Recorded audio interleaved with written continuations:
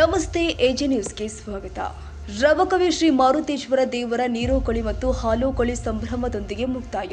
ಓಕಳಿ ಉತ್ಸವದ ಅಂಗವಾಗಿ ಗುರುವಾರ ನೀರೋಕಳಿ, ಶುಕ್ರವಾರ ಮತ್ತು ಶನಿವಾರ ಹಾಲೋಕಳಿ ಅದ್ದೂರಿಯಾಗಿ ಮೂಡಿಬಂದಿದೆ. ಬಾಗಲಕೋಟೆ ಜಿಲ್ಲೆಯ ರವಕವಿಬನಹಟ್ಟಿ ತಾಲೂಕಿನ ರವಕವಿಯ ಶ್ರೀ ಮಾರುತೇಶ್ವರ ಓಕಳಿ ಉತ್ಸವ 3 ದಿನಗಳಿಂದ ನಡೆದಿದೆ. ಪ್ರತಿ ವರ್ಷದಂತೆ ಈ ವರ್ಷವೂ ಕೂಡ ಬಿಸಿಲಿನ ತಾಪ ಹೋಗಿ ಉತ್ತಮ ಮಳೆ ಮತ್ತು ಬೆಳೆ ಬರಲಿ ಅಂತ ದೇವರಲ್ಲಿ ಪ್ರಾರ್ಥಿಸಿದ್ದಾರೆ.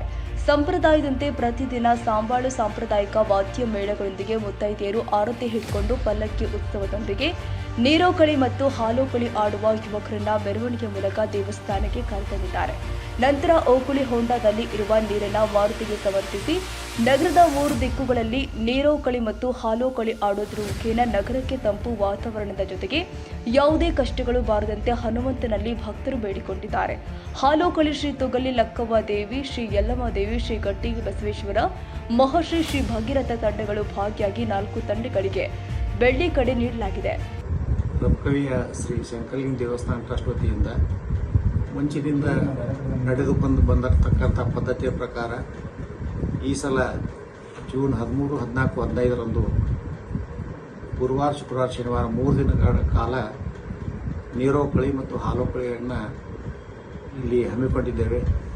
ಪ್ರತಿ ವರ್ಷಕ್ಕಿಂತಲೂ ಈ ಸಲ ಗುರುವಾರ ನೀರೋಕಳಿ, ಶುಕ್ರವಾರ ನೀರೋಕಳಿ ಮತ್ತು ಹಾಲೋಕಳಿ, ಶನಿವಾರ ಕೂಡ ನೀರೋಕಳಿ ಮತ್ತು ಹಾಲೋಕಳಿಯನ್ನು ಹಮ್ಮಿಕೊಂಡು ಅದರ ಜೊತೆಗೆ ಮನೋರಂಜನೆ ಕಾರ್ಯಕ್ರಮಗಳನ್ನು ಸಹ ನಾವು ಹಮ್ಮಿಕೊಂಡಿದ್ದೇವೆ.